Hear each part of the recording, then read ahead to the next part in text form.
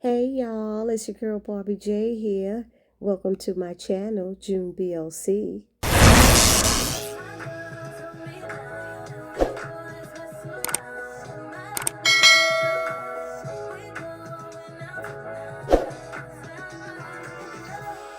What's up, everybody? It's your girl Barbie J here with the recap and review of Tyler Perry's comedy drama, Sisters, Season 9, Episode 4. One is the loneliest number. Is it really? I don't know. I guess it could be sometimes.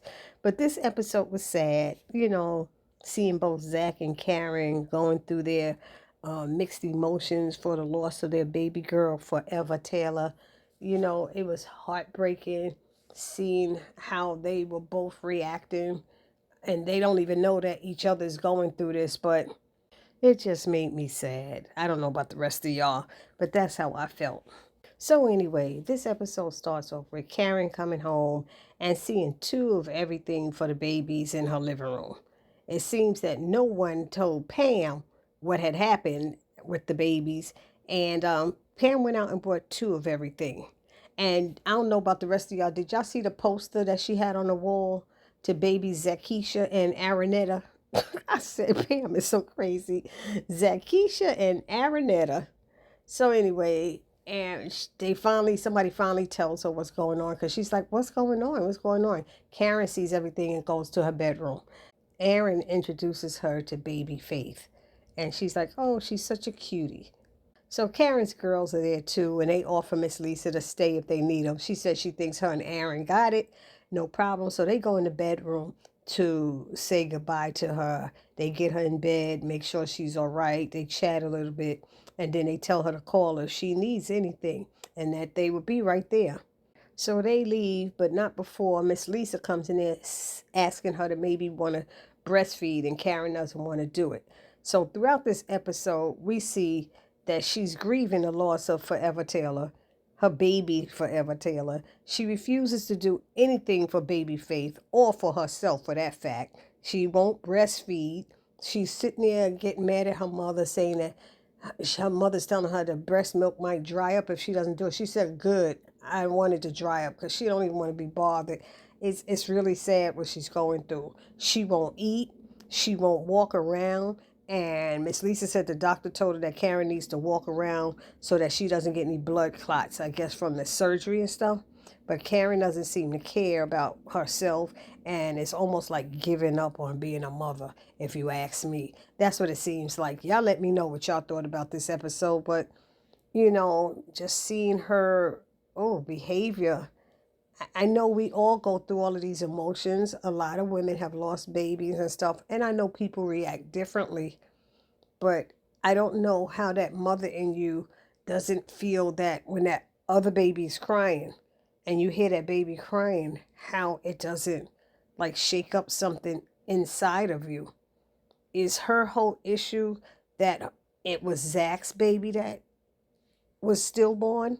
Would she have been different? Do y'all think? Put it down in the comment section. Do you think things would be different if it was Aaron's baby that was a stillborn? Do you think Karen would be behaving differently? I'm just curious what people think. Next, we have Zach. He's moping around his house. Bettina keeps asking him if he's okay because she's worried about him. And she's feeling responsible for what Zach is dealing with and going through right now because she says she's the one who sent him alone to deal with Hudson and Gary, and he almost got killed or shot or whatever. Then she said she was the one who took Karen to the hospital. Maybe if she had gotten her there faster, or maybe if she had taken her to a different hospital, this wouldn't have happened. And he's like, stop it. He's like, you are not responsible for that. That is not your fault, he told her. And he said he don't blame her for any of it. But because he's not talking to her, she's really feeling bad and responsible. And so she wants to stay home with him. And he's like, no, just go to work. And she's like, okay, fine. And then she kisses him and leaves. But there was another scene when Miss Lisa was trying to get Karen to eat, and Karen was like, she didn't want it. It smells bad. And she's like, you love this soup. This is your grandmother's favorite soup. And Pam is there too. And Pam is like, I guess she don't like grandma's soup now, whatever. But Karen was like kind of like mouthing off at her mother. And her mother said, hold up. I'm not going to let you, I understand you're grieving and everything, but I'm not going to let you disrespect me. I did not raise her to you to talk to me like that. She's like, don't you understand? I'm lost, Ma. I'm lost, you know. So her mother's like, you know what? Fine. Because the mother was trying to make a deal. Miss Lisa was trying to make a deal. If she take a couple of bites of the sips of the soup and walk a couple of steps to the kitchen and back, she'll leave her alone. But Karen didn't want to do that. And she doesn't understand.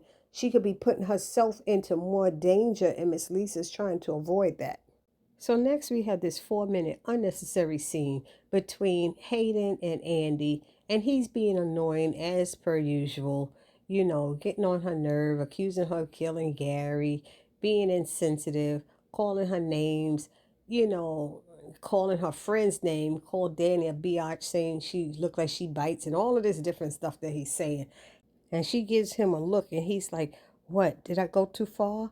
He said, is it something I said? She said, I don't know. I'll ask HR. He's like, oh, I'm sorry. I apologize. I was only kidding. You know, he just was being annoying. And I didn't even think that was a necessary scene. They could have left it out, especially the part where he's going through all the men that she's dated and then insinuating she goes through a whole football team and all of this, you know, all the stupid stuff. She said, oh, that was cute, Hayden. Now, do you have Tamara's list? And he just looked at her. She said, yeah, I didn't think so. And she walked away. But it's like, he's saying all this stupidness. And I was like, why do they have this scene in there? I don't know. So next we at the airport. And we have Tony walking over to Danny and talking and chit-chatting. It's like, didn't you learn already not to go over to her station while she's at work? Wait till her break. Wait till lunchtime. Wait till after work. But stop already. So he's over there talking to her and said he'll talk to her later. He asks about Karen. And then I hate when people do that. Don't worry about her, Karen. You know, she's going to be right, all right, I promise. You don't know that. You can't promise anything, and you don't know her like that. So stop it. I don't like when people say that. You don't know if they're going to be all right. And then, so he walks away. Who comes over? Leonard. Doesn't Leonard learn? He's all the way from his station over to her station, talking about he hates to interrupt her inappropriate relationship. And, you know, it's just, I said, see, Tony's giving him something to talk about, but he shouldn't be over there, you know. And he gets on Danny's nerve, and she tells him she has hot coffee this time. Okay? It wasn't hot before. So, oops, I would hate to. And he's like, let me go back over to my station. Yes, and stay over there. But I forgot to tell y'all why Leonard went over there. He wants to know how Danny got a payout from the airport for insulting him. And she just started laughing. She said, you just got a punchable face or something like that. And she was doing a public service. I said, okay, Danny, don't be silly. Just ignore him. So now we over at Brookhaven Bank and Trust. And we have Maurice being rude to customers. And Paige has to, you know, pull him aside and pull his coattail and let him know that ain't cool. He need to stop. After that, Sabrina walks in. Good morning, everybody. You know, you're going to come in. You're a manager. You're running the bank. You can't come in there sounding pathetic. You're supposed to cover up and act like ain't nothing wrong until you get into your office. But Maurice was like, that didn't sound right. Let me go and check on my girl. So she updates him on what's going on with Karen, and then she tells him that she went to the fertility clinic and found out that the sex of her embryos are all male. So Maurice was happy about that. Yay, clap, clap, clap, you know. And then the topic switched to Rich. And she got to the point where I don't even want to talk about Rich, please. I don't have nothing to say about Rich. She said, I don't even want to see Rich. And next thing you know, Rich is at her door, her office door. You tell me what makes this man think that it's okay to go to her place of business and start a problem, to get into a discussion or argument when she's at work. She's at work, dude. She's at work. Well, you won't answer my phones. Yes, I blocked you. That's what I'm supposed to do. You know, it makes no sense whatsoever. And Sabrina keeps entertaining this mess, and I'm second guessing. I'm not second guessing. I know she's ridiculous. Why are you even being bothered entertaining it, Sabrina? You broke up with him. Tell him to get the F out your room and don't come back. That's it. Call security. Don't banks have security in there? Why isn't security being called? And so now over at the Taylor's residence, Aaron shows up with a box of donuts for Zach, and he's asking him how he's doing. And Zach is like, I don't even know, man. I don't even know. And Aaron tells him the reason that he's there is because Pam bought two of everything. And Zach is like, and what? And he said, I figured maybe you could use it with that baby that you're having with Fatima, you know? And he said, man, I don't even know right now. He said, well, you know what? How about if I keep it in my garage for you?